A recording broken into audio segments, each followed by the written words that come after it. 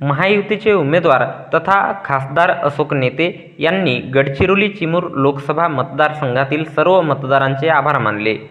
तसेच त्यांनी science college केंद्रावर सहकुटुंब मतदान केले।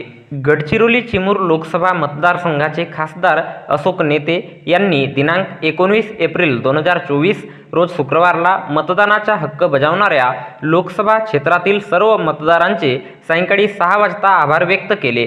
गेल्या महिनाभरापासून या निवडणुकीच्या निमित्ताने लोकसभा क्षेत्रातील हजारो कार्यकर्ते, महायुतीचे पदाधिकारी मेहनत घेत होते। त्यांच्यासह मतदानाचा हक्क बजावणाऱ्या सर्वांचे मी आभार व्यक्त करतो, अशा शब्दात खासदार अशोक नेते यांनी आपली कृतज्ञता व्यक्त केली। लोकशाही व्यवस्थेने दिलेला हा हक्क म्हणजे मतदारांची सर्वात मोठी ताकद आहे।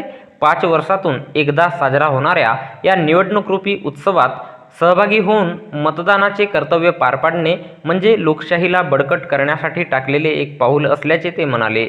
दरम्यान खासदार अशोक नेते यांनी पत्नी आणि मुलीसह गडचिरोलीमधील शासकीय विज्ञान महाविद्यालयातील मतदान केंद्रावर जाऊन मतदानाचा हक्क बजावला।